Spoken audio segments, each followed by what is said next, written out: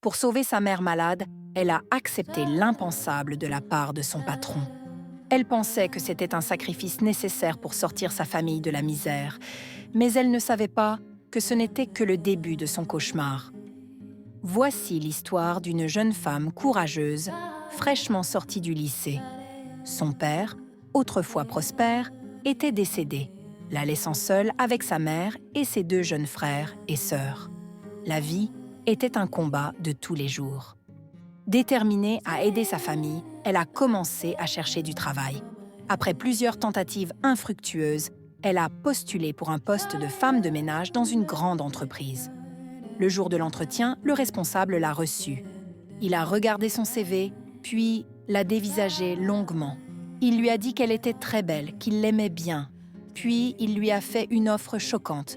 Le poste serait à elle, avec un excellent salaire, mais à une condition, qu'elle accepte de passer du temps intime avec lui.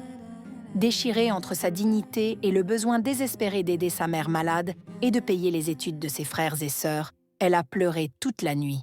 Finalement, le désespoir l'a emportée. Elle a accepté.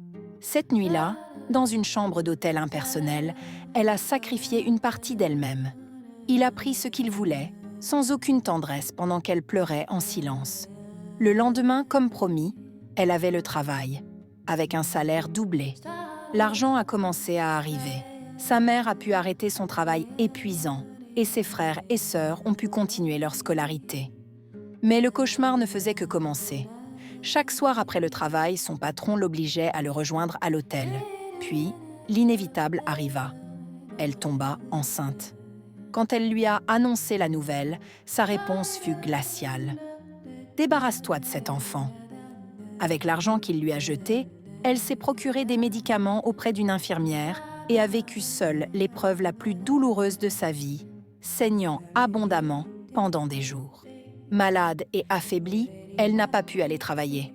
Son patron l'a appelée furieux.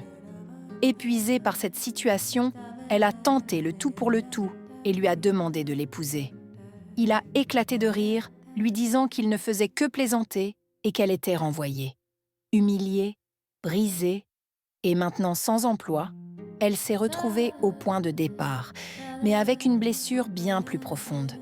Elle se sent perdue et ne sait plus quoi faire. Qu'auriez-vous fait à sa place? A-t-elle eu tort d'accepter ce pacte terrible pour sa famille? Comment peut-elle se reconstruire maintenant? Donnez votre avis en commentaire.